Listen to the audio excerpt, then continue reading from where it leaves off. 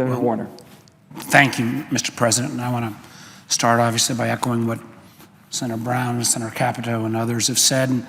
And thank you, my friend, the senator from West Virginia, for continuing to wage this fight. It feels a little bit like deja vu all over again.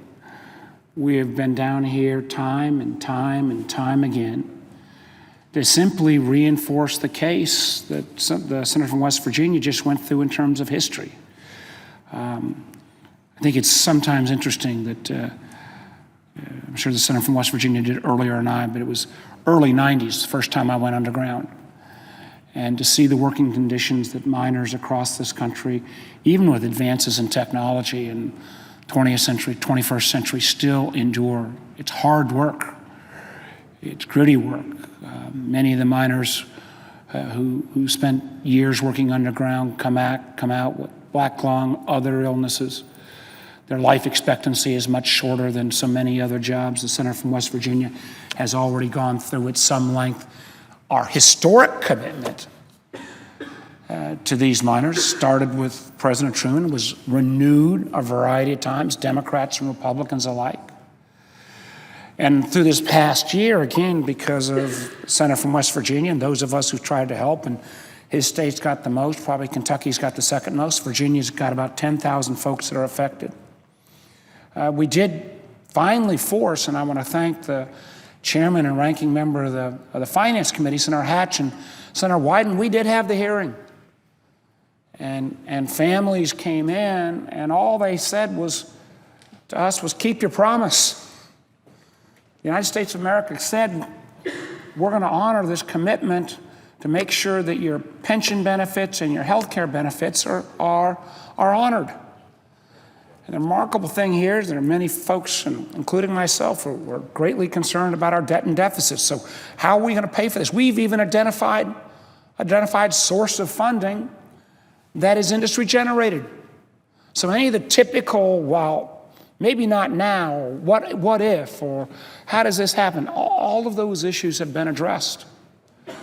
The Miners Protection Act that the Finance Committee held a hearing on, and miners from Southwest Virginia came in, a couple folks from Grundy, a couple folks from Wise, and very close to the state of West Virginia, close to Ohio. Folks whose lives were going to be dramatically affected if these benefits, these health care benefits and then pension benefits are taken away. And disproportionately, as the senator from West Virginia has repeatedly said, the vast majority of these individuals, candidly, are not former miners, but they're the widows. Because so many folks have passed that are now widows that depend upon these benefits, in many ways are still the lifeblood of communities that have been hard hit by the changing nature of power generation, by government regulation, by a host of other things. So last week, in that incredibly warm day, my good friend, the senator from Ohio, and I were there speaking to miners from all across the region and others who were supportive of the cause. And the question I got as I walked through the crowd was, are you guys going to keep your word? Not Democrat, Republican, not particulars of the bill. Are you going to keep your word that this country made to the coal miners and their beneficiaries, that their pension and health care benefits are going to be honored? So we are going to be tested on this, at least in terms of the next step.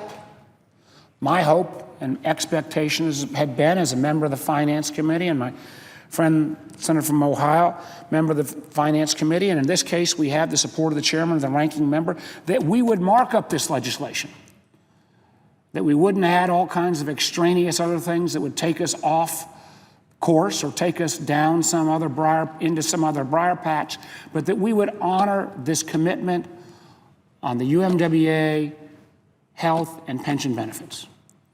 Well, as things often happen here, it got delayed.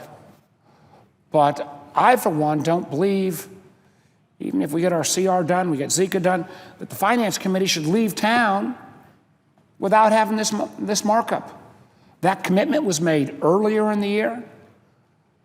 I went through a whole group of folks, not just from Virginia, but from West Virginia, Ohio, Pennsylvania, and Kentucky, and said, yes, I believe we're going to at least get the next step done and get this bill marked up out of Finance Committee, and that it should be then not just got out of Finance Committee, it's actually got to be acted upon here on the floor of the Senate.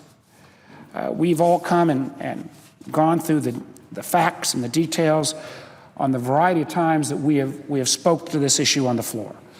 My appeal, Mr. President, is that to my friends, the chair and ranking member of the Finance Committee, that this date on the 21st does not slip again. I know in that committee markup we will have the votes. We need to get that bill reported out. We need to get it acted on before the end of the year, because as the senator from West Virginia has so relentlessly continued to make the point, this is not something that we can kick the can on anymore. People start losing these benefits that their lives depend upon at the end of calendar year 2016. So I say to my friend from West Virginia and my friend senator from Ohio, we are on this together. It is bipartisan. There aren't enough things that are done bipartisan here. I thank my friend from West Virginia for being relentless on this issue. I thank my friend, the senator from Ohio, who's sometimes an issue that looks like it's stacking up more one side than the other. His leadership on this as well.